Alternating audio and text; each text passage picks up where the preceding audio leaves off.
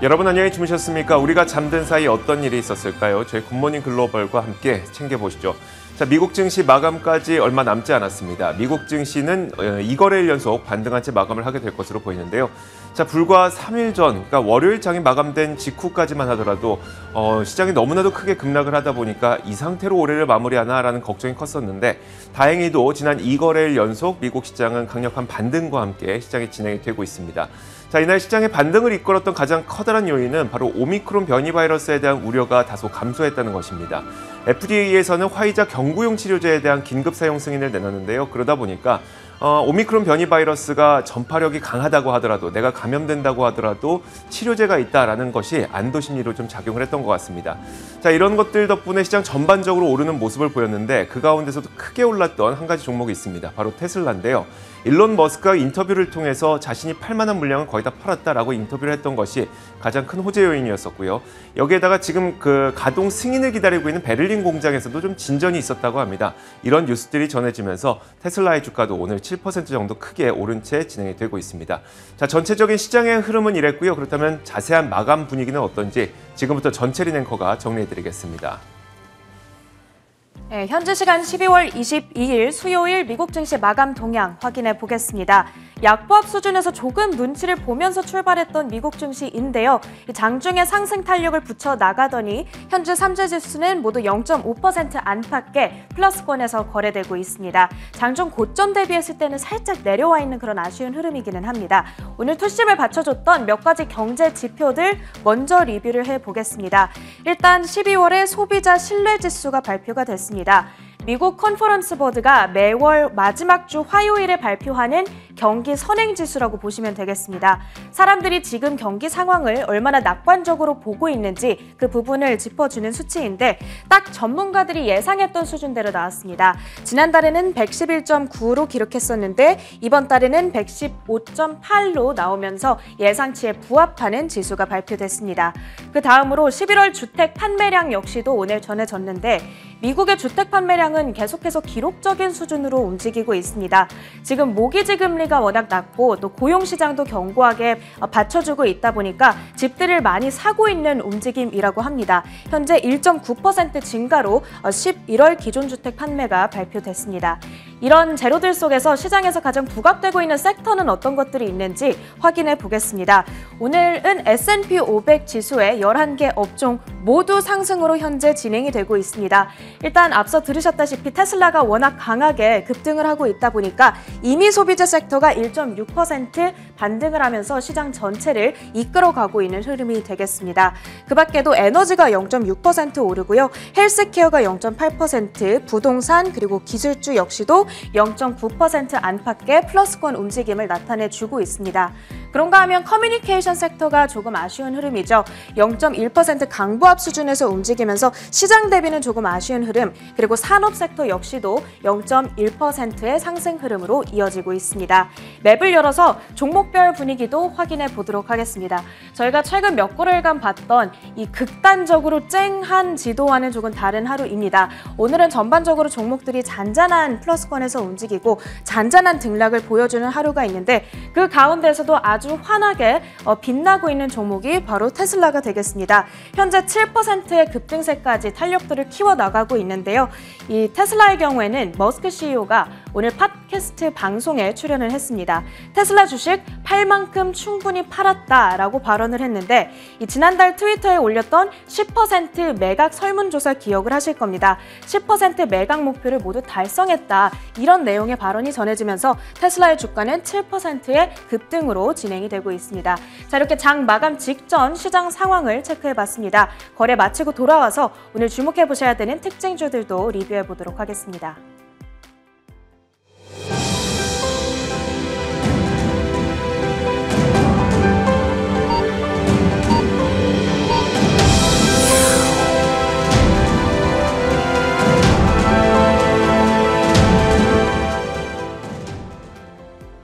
거래 마치고 돌아왔습니다. 저희가 테슬라에 대한 이슈는 잠시 후 애프터마켓에서 조금 더 자세하게 다뤄드릴 예정이고요. 계속해서 오늘장 특징주들 확인해 보도록 하겠습니다. 일단 산업 섹터 내에서 캐터필러 먼저 확인해 보겠습니다. 산업 섹터 안에 농기구 그리고 중장비 테마에 속하는 이 종목인데요. 번스타인에서 오늘 투자 의견 상향이 나왔습니다.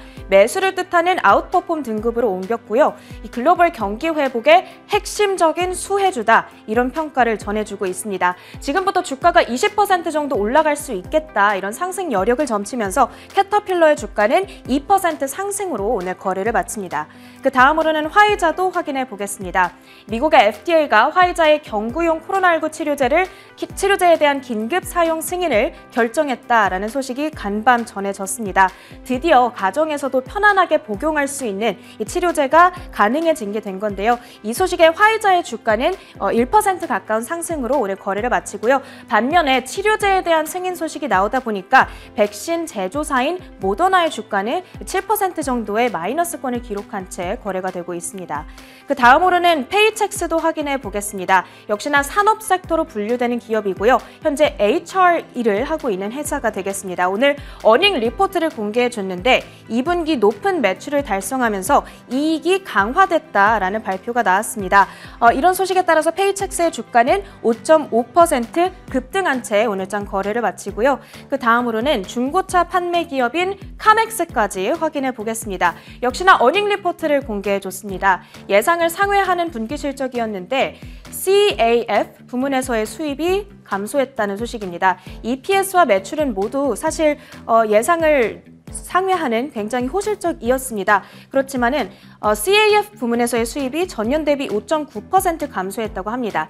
대출로 인한 손실을 상쇄시키기 위한 충당금이죠.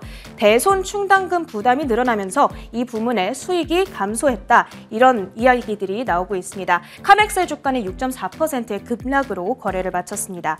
마지막 특징주로 코인베이스까지 확인해 보겠습니다. 오펜하이머에서 내년도 유망주로 선정을 해줬습니다. 이 소식이 나오면서 코인베이스의 주가는 2.7% 급등으로 오늘장 거래를 마칩니다. 자, 이렇게 오늘 특징주들 모두 리뷰를 해드렸고요. 마지막으로 상품 선물 시장 움직임까지 체크해 보도록 하겠습니다. 먼저 WTI 가격부터 보겠습니다. 조금 전에 발표됐던 이 원유 재고량, 미국의 주간 원유 재고가 예상 밖에 굉장히 저조한 낮은 수준을 기록했다고 합니다. 재고량이 줄어들었다라는 소식이 나오다 보니까 유가는 당연히 상승할 수밖에 없는 이 동력을 얻고 있습니다. 어제에 이어서 또 2.5%의 추가적인 급등으로 진행이 되고 있고요. WTI 선물 가격은 현재 $73 수준까지 다가서려는 그런 움직임이 나타나고 있습니다. 마지막으로 금 가격까지 체크해 보도록 하겠습니다. 금 가격은 달러화가 약세를 보이다 보니까 거기에 맞서서 반대로 강세를 나타내고 있습니다. 그리고 오미크론 변이 바이러스에 따른 이 경기 둔화 우려도 금 가격을 상승해주는 한 가지 요인으로 여전히 작용하고 있다. 이런 소식들도 전해지고 있습니다. 금 선물 가격은 0.9% 상승하면서 이제는 온스당 $1,805 수준까지 다시 올라와 있습니다. 자, 이제 마지막으로 지수 집계가 모두 완료되어 갑니다. 3대 지수 종가까지 확인해 보도록 하겠습니다. 3대 지수가 장 막판 들어서 탄력도를 굉장히 높여나간 모습입니다. 다우지수가 0.7% 263포인트 오늘 회복에 나서고요. S&P 500 지수도 역시 이 장중 고점을 어느 정도 회복한 채 종가까지 형성이 됐습니다. 0.86% 상승, 나스닥 지수 역시도 1%대 오르면서 이제는 다시 15,500포인트 선 위로 올라와 있는 모습 확인되고 있습니다. 미국장 마감 상황 정리해드렸습니다.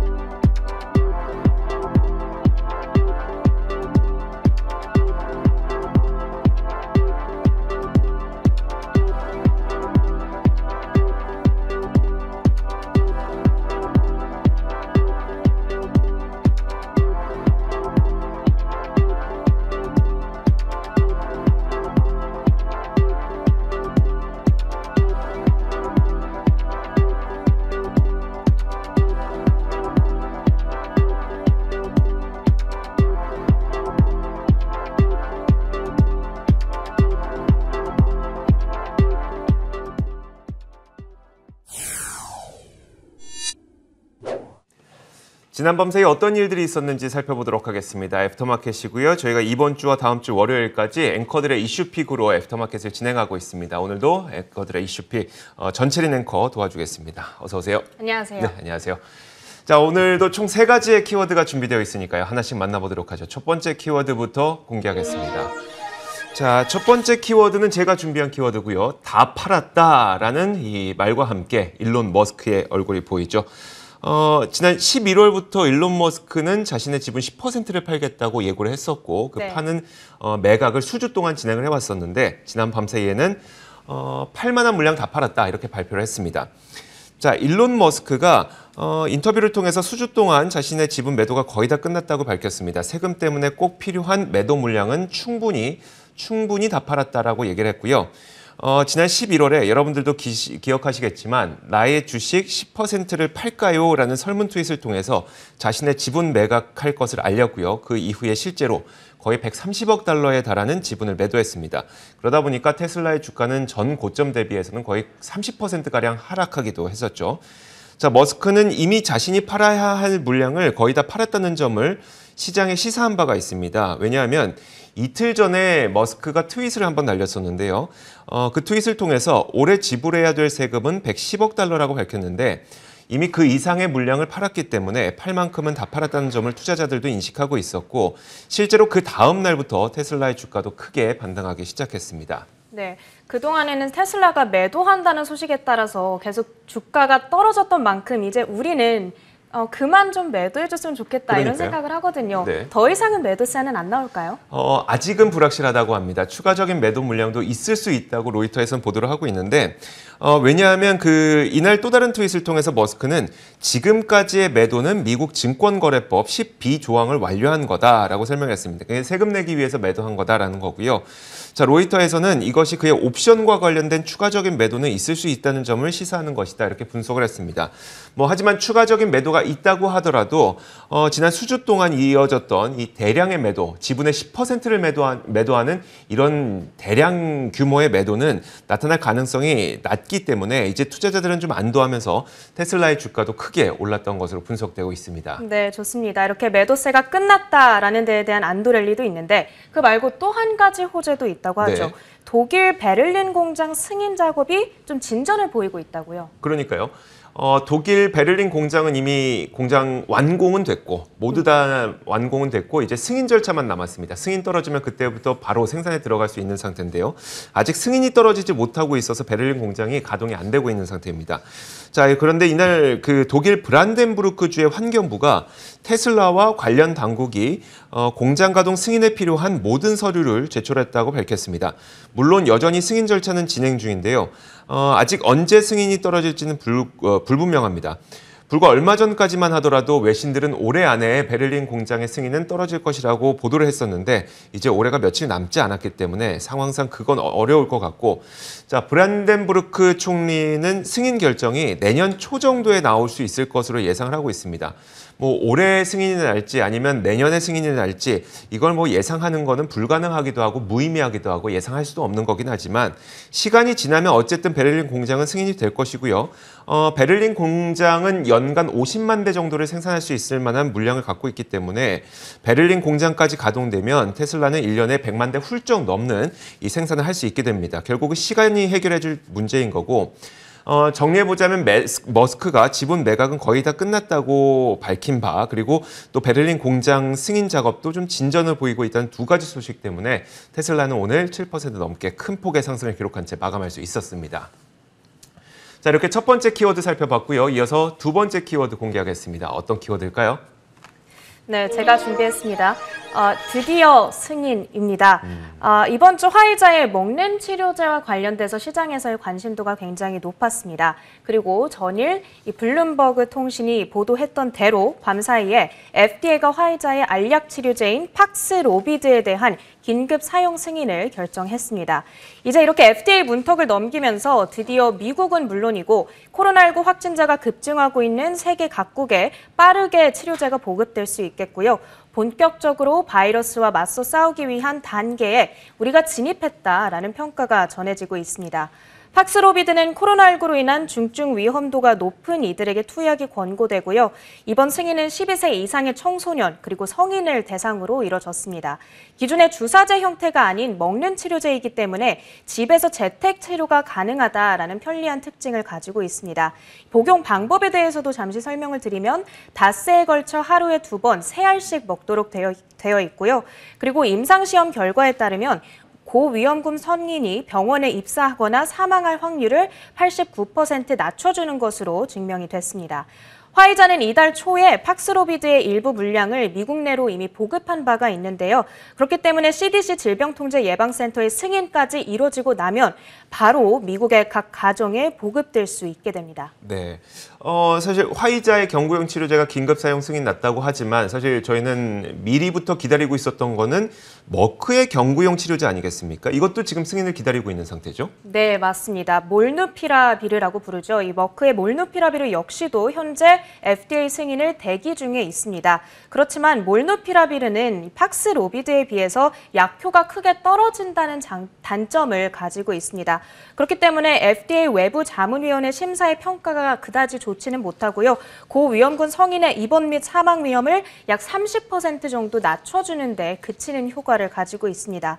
그래서인지 밤사이 이와 관련해서 또 한 가지의 소식이 있었는데 프랑스가 머크의 치료제에 대한 사전 주문을 전면 취소했다라는 로이터 통신의 보도가 전해지기도 했습니다. 그 대신 화이자의 팍스로비드를 다음 달 말까지 공급받겠다고 프랑스 당국은 밝혔습니다. 한편 유럽 안에서의 상황을 보자면 이 머크의 치료제가 지난달 영국에서 최초로 승인받은 바가 있고요.